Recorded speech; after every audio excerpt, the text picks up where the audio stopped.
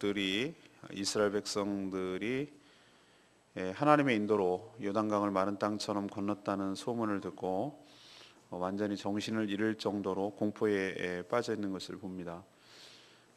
그때 하나님은 그 여호수아에게 이스라엘 백성들에게 다시 할례를 행하라고 이렇게 명령하시죠. 그들이 광야 생활하는 동안 할례 없는 자로 살았기 때문에 그렇습니다. 또 길갈에서 유월절을 이제 지키게 되었고, 또 그 땅 소산물을 먹기 시작하자 그동안 광야에서 내렸던 만나가 그쳤다는 것이죠. 이제 광야 생활이 완전히 끝났다는 것을 이렇게 상징적으로 보여주는 그런 일이었습니다. 오늘 말씀을 통해서 하나님께서 우리에게 첫 번째로 주시는 말씀은, 하나님께서 우리의 대적자를, 우리의 원수를, 우리를 능히 대적할 자가 없도록 인도하여 주실 줄로 믿습니다.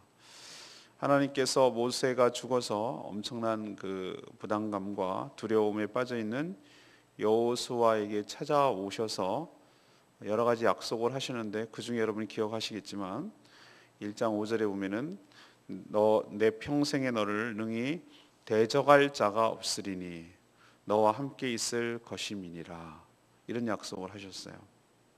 그리고 지금 하나님께서는 이 약속을 지금 구체적으로 실현하고 지키고 계신 것을 봅니다.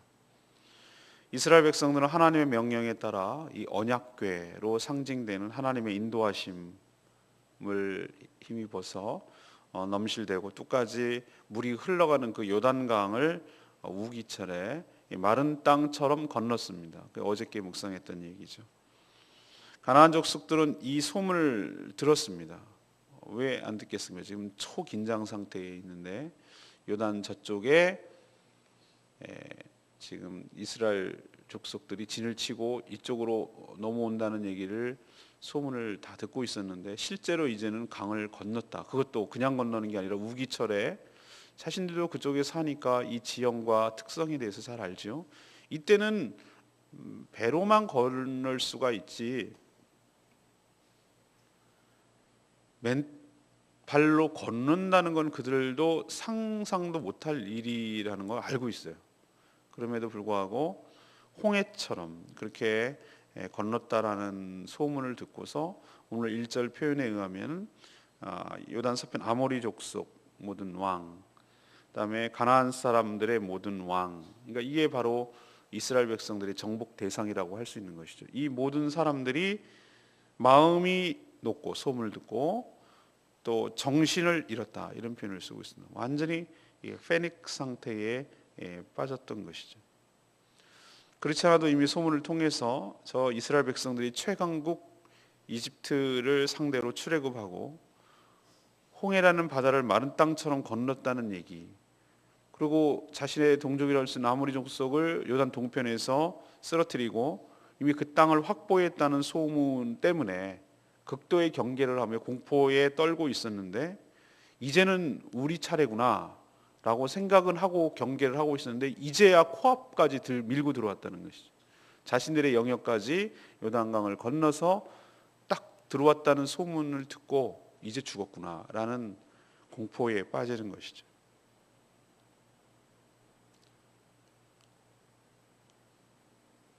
이거 누가 다 했습니까? 저는 오늘 하나님께서 약속하신 말 기억이 나십니까? 네 평생에 너를 능히 대적할 자가 없으리니.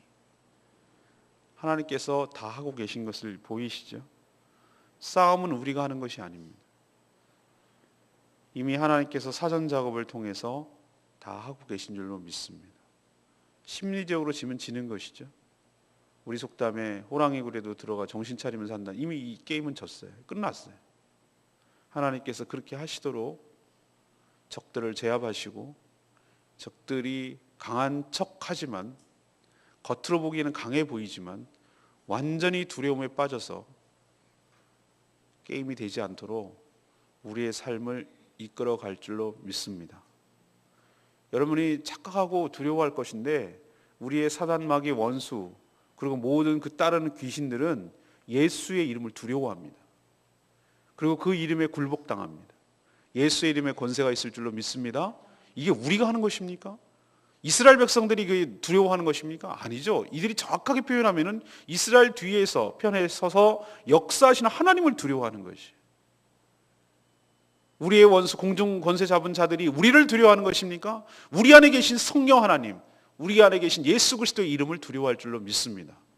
그러니까 우리가 두려워하는 것이 아니라 상대가 두려워한다고요. 그래서 발악을 하는 것이고, 그래서 방해를 하는 것이고, 그래서 대적을 하는 것이 두려우니까. 여러분은 개들 압니까? 개들 멍멍이들? 개들이 왜 짖나? 두려운 거예요. 무서운 거예요.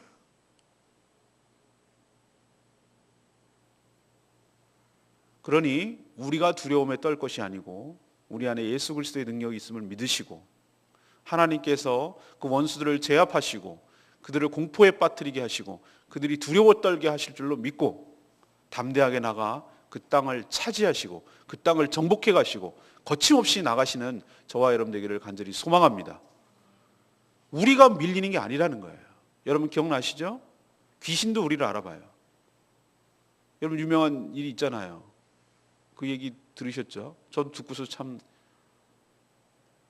세입 주인 집주인이 안 믿는 사람이에요. 세입자가 예수 믿는 사람이에요. 세입자가 집주인이 세입자를 찾아왔어요. 잠깐 얘기 좀. 그럼 들어오시라고 그랬더니 아니 여기 한번 얘기하면 안 된대. 그 얘기 들으셨죠? 그럼 밖으로 나가자 그러더래요. 여기서 얘기하면 될 건데 뭘 밖으로 나가자 그랬더니 저기 한참 떨어진 공터 놀이터 가가지고 얘기하더래요. 미안한데 좀 집 좀 나가달라고 그러더래요. 기억나는데 왜 그러냐고 그랬더니 우리 집에 두 귀신을 섬겨가지고 집이 안 된다고. 그럼 뭐 집에서 얘기하시지 뭐 여기 나와서니까 예수 귀신이 세가지고 거기서 얘기하면 들을까봐 겁이 나서 그렇다고 그러더래요. 안 믿는 사람, 정확하게 말하면 안 믿는 사람에서 역사하는 악한 영들도 예수의 이름에 벌벌 떠는 줄로 믿습니다. 안다니까요, 그들도. 예수님이 이 땅에 공생애 때 나타나셨을 때 모든 귀신들이 뭔지 알아봤다니까요. 찬양을 받으실 자요 이렇게 알아봤잖아요. 선수를 치잖아요. 그리고 왜 선수를 치고 그러냐면 내가 당신 모르는 거 아니거든 이렇게 괜히 무섭고 두려우니까 오버하는 것이에요. 그러니 예수의 영에 사로잡힌 여러분, 예수의 영인 성령님을 모시는 여러분들이 두려워할 것이 아니라 우리에게 능력이 있는 줄, 우리가 능력이 있는 게 아니라 우리 안에 역사하시는 하나님의 능력이 강한 줄로 믿고 우리가 두려워하지 마시고 저들이 지금 두려워서 벌벌 떨고 큰 소리 치는 거니까 염려하지 마시고 예수의 이름으로 전진하시고 나가서 차지하시고 주의 이름으로 나가시길 바랍니다. 그럼 이기는 거예요. 이미 하나님께서 사전 작업 다 해놨어요. 그들은 정신을 잃어버렸고 간담이 녹아가지고 어떻게 할 줄을 몰라요. 승리는 우리 것인 줄로 믿습니다. 올 한 해 이 제주 땅을 정복하시고 내 주변에 있는 모든 악한 권세에 사로잡혀 있는 자들을 정복하시고 예수의 이름으로 물리치시고 대적하시고 그렇게 할 때 그 모든 것들이 우리로 넘어오게 될 줄로 믿습니다. 두 번째 2절에서 9절까지 말씀, 하나님께서 모든 수치를 떠나게 하실 줄로 믿습니다. 하나님은 그때 여호수아를 통해서 모든 이스라엘 백성들에게 할례를 행하라 이렇게 명령을 내리고 계세요. 이 할례를 행하는 것은 전쟁 중에 지금 전투를 벌려야 되는, 정복전쟁을 벌려야 되는 이스라엘 백성들에게 있어서 이건 위험천만하고 무모한 짓이죠. 이거는 상식적으로 납득이 안 가는 완전 자살골이죠. 상처가 아물기 전에 적군이 침략한다면 이건 속수무책으로 전멸당할 수 있기 때문에 그렇습니다. 여러분 창세기 기억납니까? 야곱의 딸 디나가 강건 사건이 일어났을 때 세겜 족속인가요? 우리랑 결혼하려면 할례를 받아야 된다. 우리는 할례 받지 않는 민족과 통혼하지 않는다. 그건 다 속임수죠.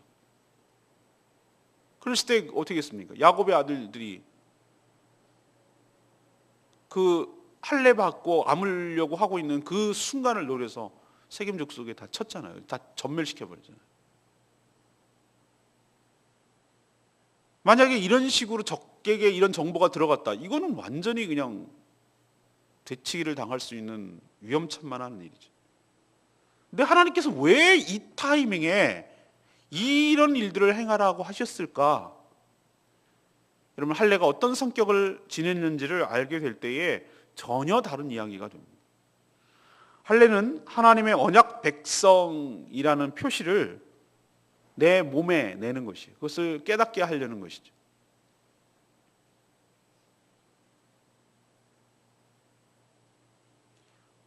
이방 민족들도 이런 할례 의식이 있습니다. 그런데 성인식이나 결혼하기 전이나 나중에 커서 그래요. 그러나 이스라엘 백성들은 태어난 지 8일 만에 하도록 율법적으로 정해져 있어요.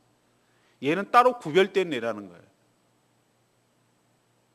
여성분들은 이해를 못합니다만은 남자들 같은 경우는 하루에 몇 번씩 소변을 보는지 잘 모르겠습니다만 적어도 뭐 5회 이상 본다 그런다면은 매일매일 확인해야 되는 거예요. 나는 다른 이방 민족과 다르지, 나는 하나님의 백성이지 라는 것을 내 몸의 표시를 통해서 마치 도장 찍어 놓은 것처럼 내가 누구지, 내가 하나님의 택한 백성이지, 내가 할례받지 않은 백성이 아니라 내가 하나님의 택한 백성으로서 하나님의 말씀을 따라야 될 그런 족속이지 라는 것을 늘 인식하고 깨닫게 하고 자기 존재감, 자기 정체성, 이것들 거기서부터 사명이 나오는 것이니까, 내가 누군지를 알아야 내가 어떻게 살아야 되는지가 나오는 것이니까, 그걸 매일매일 하나님께서 어려서부터 생후 8일이니까 태어날 때부터 이게 왜 나는 이방 애들하고는 달라요? 라고 유대인들이 물어보면 너는 하나님의 택한 백성 표라고 그렇게 하는 것이다. 이렇게 하려는 의미가 할례예요. 하나님의 구별된 백성으로 살아가게 하도록 정체성을 갖는 어떤 표시예요. 언약의 증표라고 할 수가 있어요. 근데 왜 그러면 할례를 이 시기에 해야 됩니까? 그럼 할례가 없었습니까? 예, 할례가 없었어요. 그동안 광야 생활하는 동안에 하나님께서 불순종함으로 광야에서 40년 동안 방황하고 하나님 음성 안 듣고 하나님께 대적하고 하나님 앞에 함으로써 하나님께 40년 동안 징계를 했다고 그랬잖아요. 그때 돌아다니기까지, 다시 말해서 모든 출애굽 1세대들이 다 죽고 멸절하기까지 이들은 할례 없는 자가 되었다라고 오늘 몇 절이죠? 7절에 그렇게 표현하고 있어요. 할례 없는 자로 살았다. 이 할례 없는 자로 살았다라고 말하는 것은 여러분 신약 시대에 놓으면 이 표현이요 얼마나 경멸적, 유대인 입장에서 보면은 이방인들을 향해 말할 때 이 표현이 가장 경멸적인 말이에요. 너는 하나님과 상관없는 자, 너는 지옥에 빠져 죽을 자, 하나님의 심판을 받을 자, 하나님의 사랑과 은혜는 경험하지 못할 자, 너는 이방인, 너는 완전히 하나님과 따로 노는 자, 뭐 이런 아주 굉장히 경멸하는 투의, 이건 인종차별도 아닌 것이 굉장히 경멸하는 투의 말이 저 할례 없는 자라는 거예요. 근데 이스라엘 백성이 자신들이 정작 그렇게 살았단 말이에요.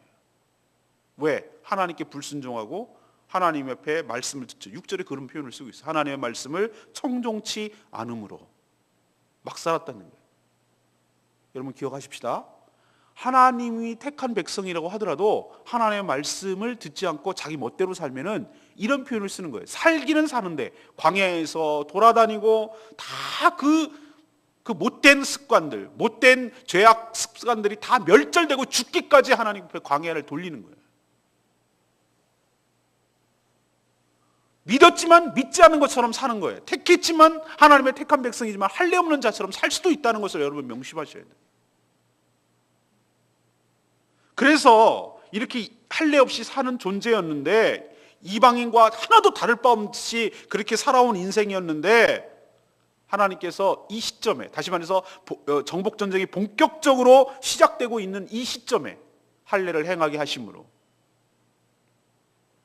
9절에 있는 표현대로 네가 애굽에서 살던 것처럼 사단에게 종노릇하고 자기가 하나님이 되어서 자기 마음대로 살고 할례 없이 자기 멋대로 사는 그 모든 생활, 그래서 이렇게 40년 동안 뺑뺑뺑뺑 돌고 이렇게 살았던 모든 수치스러운 삶, 치욕적인 삶, 부끄러운 삶, 이것들이 할례를 행하는 동시에 다 끊어져 버리고 떨어져 나가고 완전히 새로운 사람으로 하나님의 언약 백성으로 관계가 회복되는 것을 의미하게 하기 위해서 하나님께서 할례를 행하라고 하는 줄로 믿습니다. 정복전쟁보다 더 중요한 것, 이 할례를 행했을 때의 아픔, 그리고 전쟁의 위험, 이거보다도 더 중요한 것이 이것을 행하지 않았을 때 하나님의 진노, 하나님의 부재가 더 무서운 일이기 때문에 하나님께서는 이 할례를 행함으로 이스라엘 백성들의 과거의 모든 수치를 떠나게 하시고 당당하게 이 가나안 땅을 정복 전쟁을 시도할 수 있도록, 정복 전쟁을 시행할 수 있도록 하나님께서 은혜를 주시기 위하여, 새 출발할 수 있도록 하나님께서 기회를 주시기 위하여 이렇게 할례를 행하게 하시는 줄로 믿습니다. 사랑하는 여러분, 우리도 다를 바 없어요. 우리도 과거에 쭉 돌아보면은 하나님께서 얼마나 부끄럽고 수치스럽고 감추고 싶고 자랑할 만한 것도 없고, 그래서 그냥 누가 안 알아줬으면 좋겠고 그걸 누가 숨겼으면 좋겠고, 그런 부끄러운 흑역사, 부끄러운 그런 과거의 삶이 있지요. 죄로 얼룩지고 말하고 싶지도 않고, 어쩌면 지금이 그럴 수도 있다는 생각도 해요. 그러나 여러분 기억하십시오. 하나님께서 그런 모든 수치와 그런 모든 부끄러움을 갖다가 깨끗하게 다 떼어버리시고 잘라버리시고, 하나님께서 여러분의 인생에 새 출발할 수 있도록 그 모든 수치를 가져갈 줄로 믿습니다. 그게 바로 십자가 사건이에요. 내가 DTS 훈련 받으면서 하나 경험한 것이 있어요. 십자가의 치환이라는 걸 알고 나서 얼마나 그것이 감사했는지 몰라요. 저는 그리스도 예수 그리스도를 믿을 때 구원만 십자가가 필요한 줄 알았어요. 아니에요. 구원 때만 필요한 것이 아니에요. 구원 때 역시 십자가를 의지해야 됩니다. 그러나 왜 십자가가 구원 때만 의지하고 그렇게 해야 됩니까?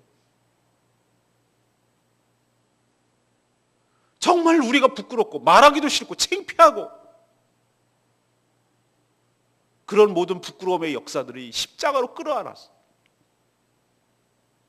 나의 모든 부끄러움과 추악한 죄악과 이 모든 것들을 십자가에 다 내려놓고 십자가를 껴안고 붙들고 그 보혈을 덧입히고 그의 의로움을 덧입혔어. 나의 모든 수치와 부끄러움이 십자가에서 다 해결되고 십자가에 못 박혀 죽게 되고, 내가 그리스도의 의로움을 덧입어서 새로운 삶으로 살아갈 수 있도록 늘 날마다 내 안에 예수 그리스도의 십자가가 있는 줄로 믿습니다. 그것을 활용하라고, 그래서 사용하라고 하나님께서 우리에게 여전히 우리 마음 중심에 십자가를 두는 줄로 믿습니다. 제가 멕시코에 갔을 때 그걸 충격적인 경험을 했다고 말씀드렸죠. 놀라운 간증이었어요. 예배당인지 강당인지 하여튼 중앙에 커다란 나무 십자가가 실제로 세워져 있었어요. 그때 예배하는 시간에 예배도 하도 희한하게 하길래, 거긴 예배가 우리가 땡치면 그런 게 아니야, 뭐 음악 틀어놓고 막 별짓을 다 하는 게 예배라고 그래. 얘랑 정말 정신산란해서 못 살겠다. 그래가지고 제가 거기 십자가에 가서 왠지 기도해야 돼. 이건 성령의 이끄심이에요. 맨 처음에는 얘네들 하도 예배드리는 형태들이 내랑 안 맞는 거예요. 그냥 기호가 안 맞는 거지. 그래서 나는 저기 가가지고 앞에 나가서 그 꼴 안 보고 십자가 붙들고 왠지 기도해야 되겠다라는 마음이 제 마음에 들었어요. 앞으로 갔어요. 그리고 십자가에 무릎을 꿇었어요. 그리고 십자가를 끌어안았어요. 그리고 기도하기 시작했어요. 그 나무 십자가에는 커다란 기둥 같은 십자가. 그때 하나님의 놀라운 경험과 역사를 주셨어요. 이건 잊을 수 없는 저의 또 하나의 마디예요. 그때 정말로 놀라운 환상을 경험했어요. 저같이 이성적이고 굉장히 지적으로 살아가는 사람들에게 그런 충격은 굉장히 큰 충격에 속해요. 정말로 그 나의 모든 수치와 그 정말로 나의 모든 허물과 그 십자가에서 내려지는 역사를 경험했어요. 그리고 예수 그리스도의 십자가의 그 보혈이 나에게 떨어지는 경험을 하는 거예요. 그때 정말 한참 울었어요. 그리고 예수 그리스도의 십자가를 끌어안기로 결심을 했어요. 앞으로 살아가는 동안에 내가 앞으로 여러 가지 또 부끄럽고 추악하고 수치스러운 일이 있을지 모르지만, 바로 이런 경험을 통해서 예수 그리스도의 십자가를 통해서 내가 회복될 수 있고 나의 모든 수치를 주님께서 가져가시는구나. 우리를 아프게 하려고 할례를 행하시는 것이 아니라 우리의 모든 수치를 끌어안으시려고, 그것을 제거해버리시고 그리고 당당하고 떳떳하게 이 가나안 땅을 차지하게 하시려고 하나님께서 이것조차 우리를 배려하시는구나. 이렇게 섬세하시고 이렇게 좋으신 하나님을 여러분이 섬기고 계신 줄로 믿습니다. 예수께서 여러분의 십자가를 가져가십니다. 여러분의 모든 수치를 가져가십니다. 십자가를 통해서 그 모든 수치를 다 감당하시고 모멸을 감당하시고 다 해결하여 주신 줄로 믿습니다. 예수께서 십자가에 달리실 때 바로 그 2000년 전에 갭이 있었던 여러분의 모든 아픔들, 여러분의 부끄러움들, 여러분의 숨기고 싶어하는 죄악들, 이 모든 것들까지도 다 그 감당하시고 그때 죽은 줄로 믿사오니, 여러분들이 그리스도 앞에 가서 십자가 앞에 가서 그것을 회복하시고 아뢰시고 하나님께 기도할 때 하나님께서 친히 그 모든 것들을 가져가셔서 해결하여 주실 줄로 믿습니다. 이걸 우리에게 할례를 통해 보여주시는 것이. 세 번째는 10절에서 12절까지 말씀. 하나님께서 언약대로 모든 삶을 책임져 주시는 것을 우리에게 경험하게 합니다. 하나님께서 요단강을 마른 땅처럼 건너게 하심으로 가나안 족속들에게는 공포심을 주어서 감히 대적하지 못하도록 그렇게 만드셨죠. 그리고 이스라엘 백성들에게 두 가지 중요한 예식을 행하게 하십니다. 할례 그리고 유월절입니다. 할례는 지금 좀 전에 설명했고요. 유월절이란 게 무엇입니까? 그들에겐 노예에서 해방되고 하나님의 신앙 공동체로서 출발할 수 있다는 것을 의미해요. 그러나 이건 역시 할례를 행하지 못한 것처럼 광야에서 제대로 행하지 못했어요. 한 번 정도 했을 거예요. 왜? 그들은 할례 없는 자로 살았기 때문에. 할례 없는 자가 이런 예식을 행할 수가 없거든요. 이건 같이 가는 것입니다. 하나님의 택한 백성만이 유월절의 의미가 있고 유월절을 지킬 수가 있는 것이죠. 그러나 정복전쟁에 앞서서 하나님은 무슨 첨단 무기를 준비하라거나 군사훈련을 어떻게 군사작전을 짜고 어떻게 침공해야 할지 군사훈련을 하라고 하지 않으셨어요. 하나님께서 요구하신 건 뭐냐? 할례를 행하고 유월절을 행함으로 하나님과의 소원했던 관계, 끊어졌던 관계를 다시 회복하는 것이 훨씬 더 먼저고 중요한 일이라고 생각했기 때문에 하나님께서는 바로 유월절을 지키라고 말씀하세요. 왜? 유월절을 지키게 될 때 바로 유월절은 그 이스라엘 백성들의 구원의 역사이고 자신들이 누구인지를 아는 정체성의 확인이 바로 유월절로 통해서 나타나요. 유월절은 게 뭡니까? 자기들이 애굽에 종살이에 있을 때 하나님께서 그것을 끄집어내어서 종살이에서 해방시켜서 구원하셔서 이스라엘 백성들을 새 출발할 수 있겠다는 결정적 계기가 바로 유월절 사건 아닙니까? 그것을 다시 지킴으로 인해서 하나님께서 내가 누구인지, 하나님께서 어떤 약속을 우리 민족에게 하셨는지, 지금 내가 뭘 해야 되는지를 이 유월절 언약을 지킴으로, 다시 예식을 지킴으로 인해서 다시 모든 것들을 다시 회복하는 것이에요. 이게 이들에게 더 중요했기 때문에 하나님께서 역사하시는 겁니다. 그렇기 때문에 정복전쟁에 앞서서 이건 반드시 필요한 예식이었어요. 그때야 비로소 그 다음날 무교병과 볶음곡식을 먹었는데 그것은 바로 이 가나안 땅에서 나오는 것이었어요.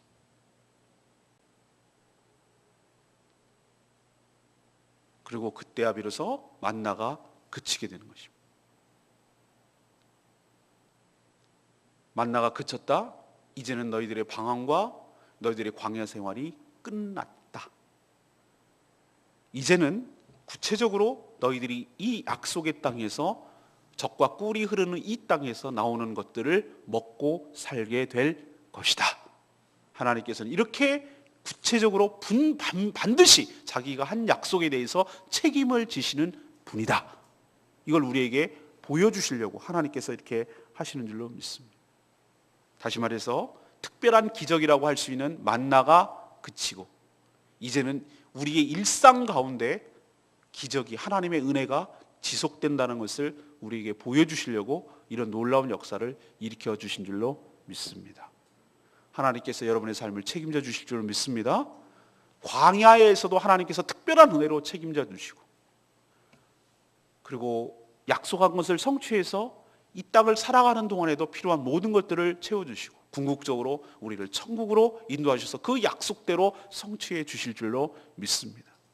우리에게 특별한 은혜가 필요할 그 광야 같은 삶에도 하나님은 만나로 책임져 주시고, 그 위기가 넘어서서 우리가 일상으로 살아가는 동안에도 하나님께서 먹을 것을 주시고 볶음곡식을 주시고 무교병을 주셔서 우리의 삶을 책임져 주시고, 모든 정복전쟁이 끝나 하나님께서 이 차지하게 할 그 땅에서도, 젖과 꿀이 흐르는 그 땅에서도 하나님께서 모든 좋은 소산물로 여러분의 삶을 책임져 주실 줄로 믿습니다. 이미 우리는 예수 그리스도 안에 있고 하나님 안으로 들어가는 삶은 모든 삶이 보장되어 있는 삶인 줄로 믿습니다. 먹고 사는 문제에 대해서 염려하지 마세요. 그거는 이방인들이나 구하는 것이니, 무엇을 먹을까, 무엇을 마실까, 무엇을 입을까, 이런 것을 하나님께서 너의 필요를 아시느니라. 너희들은 먼저 그의 나라와 그의 의를 구하라. 그리하면 이 모든 것을 너희에게 더하여 주시리라. 염려하지 마시라고. 이미 여러분의 삶은 보호되어 있고 보장되어 있어요. 광야는 광야대로 책임져 주시고, 만나와 생수와 메추라기로 책임져 주시고, 가나안 땅에 들어가면 거기에 맞는 대로 하나님께서 소산물을 주셔서 여러분의 삶을 책임져 주시고, 그러니 여러분은 신경 쓸 것 딱 한 가지밖에 없어요. 하나님과 나와의 관계가 온전하게 견고해지도록, 내가 누구인지를 잊어버리지 않도록, 그리고 내가 누구인지를 알기 때문에 내가 무엇을 해야 되는지 나의 사명을 잊어버리지 않도록, 그게 먼저 그의 나라와 그의 의를 구하는 삶이에요. 여기에 온갖 집중을 할 때 나머지 모든 삶은 하나님께서 전적으로 책임지시고 여러분의 삶을 이끌어가 주실 줄로 믿습니다. 제가 산 증인이에요. 제가 어디 먹고 사는 문제에 대해서 막 연연하고 막 이렇게 합니까? 전적으로 주의 나라와 주의 의를 위해서 헌신할 때 하나님께서 나머지는 모두 다 책임져 주시고 조금도 부족함이 없도록 하나님께서 저의 삶을 풍요롭게 채워주신 줄로 믿습니다. 그러니 여러분도 염려하지 마세요. 목사님이라니까 그렇게 생각하지 말고 모든 성도들이 다 그렇다는 거 기억하시고 믿음을 가지세요.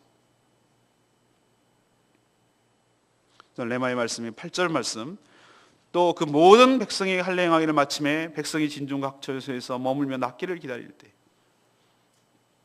할례는 지금으로 치면 무엇에 해당될까? 많은 분들이 물어요. 대부분 세례로 생각합니다. 과거의 단절 그리고 새로운 삶의 출발을 의미하기 때문에 그렇죠. 과거 죄로 인해서 수치스러운 삶을 끊어버리고 하나님의 백성과 자녀로서 새로운 삶을 시작한다는 의미에서 이건 할례와 세례가 많은 부분에 일치를 해요. 그러나 우리가 착각하지 말아야 될 것은 할례나 세례나 이런 어떤 세레모니, 이런 의식이, 이런 행위가 구원의 조건과 축복의 근거가 아니라는 점 여러분 기억하시기를 바랍니다. 혈통으로나 육종으로나 사람의 뜻으로 나지 않고, 기억나십니까? 오직 하나님의 은혜, 오직 하나님의 능력으로 되는 줄로 믿습니다. 그래서 관계 회복을 상징할 뿐 모든 축복은 하나님의 은혜로 주시는 것을 기억하시고 은혜로 사모하는 저와 여러분 되기를 소망합니다. 이건 주일날 다시 말씀드리겠습니다. 오늘 다시 한번 정리하면 이렇습니다. 하나님께서 우리의 모든 원수들, 그 원수들이 감히 우리를 대적하지 못하도록 하나님께서 제압하시고 눌러버리시고 두렵게 하시고, 그러니 우리가 가서 차지하기만 하면 된다는 것. 정작 두려워하지 말아야 될 사람은 우리예요. 우리가 강해서가 아니라 우리 안에 하나님께서 계시기 때문에 그런 줄 믿습니다. 두려워하지 마시고 이미 다 작업해 놓으셨으니 가서 차지하기만 하십시오. 가서 선포하시고 대적하시고 그 원수 아기들의 영역을 다 차지해내십시오. 준비된 땅이고 준비된 영혼이에요. 여러분 가기만 하면 돼요. 가서 선포하세요. 두 번째는 우리의 모든 수치를 하나님께서 가져가 주신 줄로 믿습니다. 그래서 깨끗하게 제거버리시고 우리의 부끄러움 다 회복되게 하시고 하나님 은혜로 채워주실 줄 믿습니다. 세 번째는 뭐죠? 하나님께서 언약대로 여러분의 모든 삶을 처음부터 끝까지 다 책임져 주실 줄로 믿습니다. 먼저 그의 나라와 의를 구하는 저와 여러분 되기를 소망합니다. 찬양 232장 부르고 기도합니다.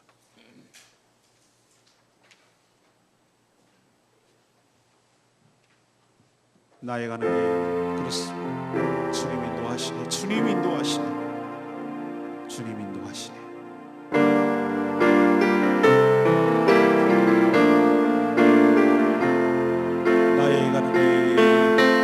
나의 가는 길 주님 인도하시네. 보이지 않아도 날 위해 일하시네. 주 나의 인도자 항상 함께 하시네. 사랑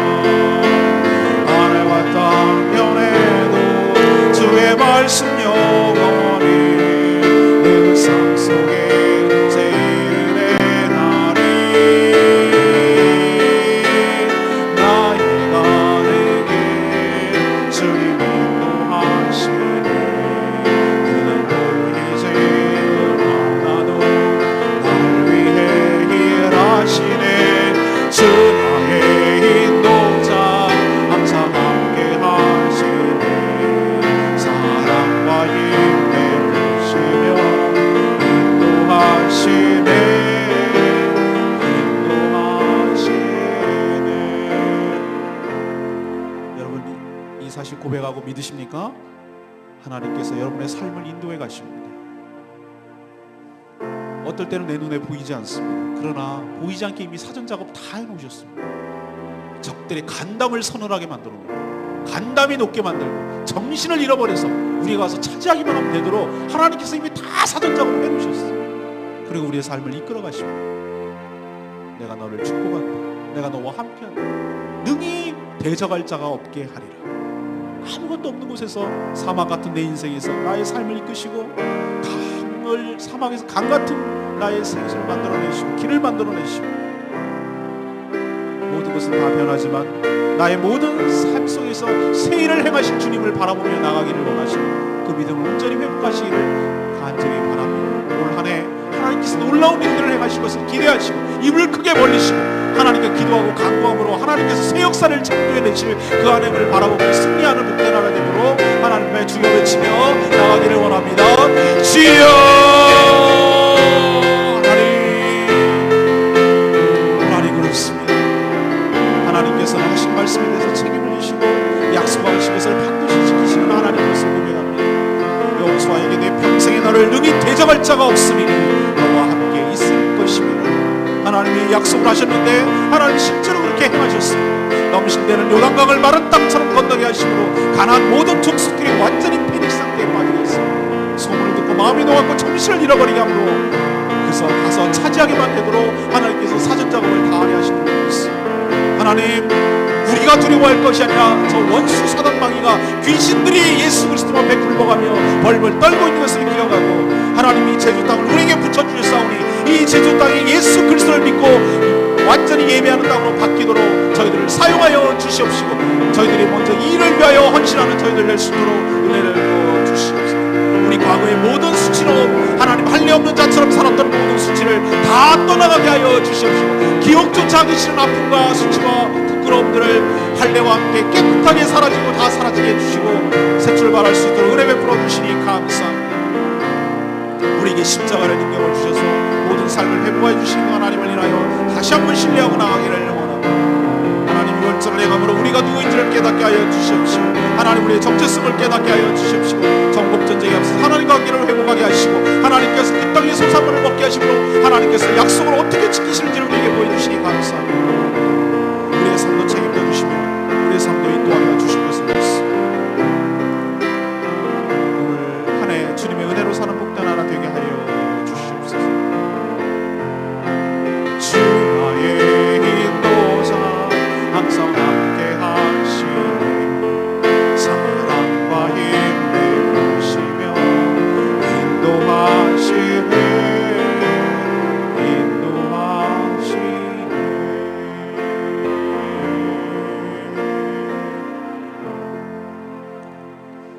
하나님 저희의 원수들도 간담이 놓아 감히 우리를 대적하지 못하도록 제압하여 주실 줄로 믿습니다.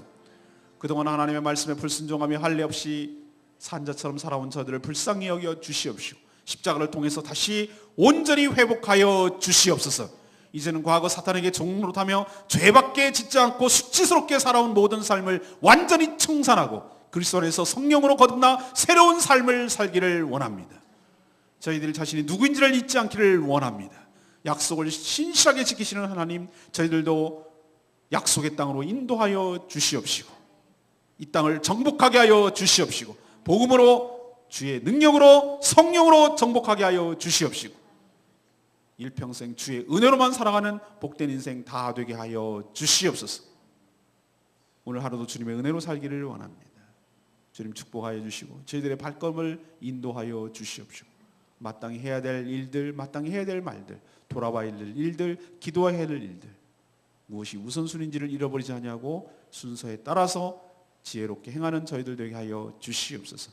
저희 교회가 늘 말씀과 기도로 성장하는 교회, 이 제주 땅을 섬기는 교회 될 수 있도록 축복하여 주시옵소서. 주님께 모든 것 의지하고 예수 그리스도의 이름으로 기도합니다. 아멘.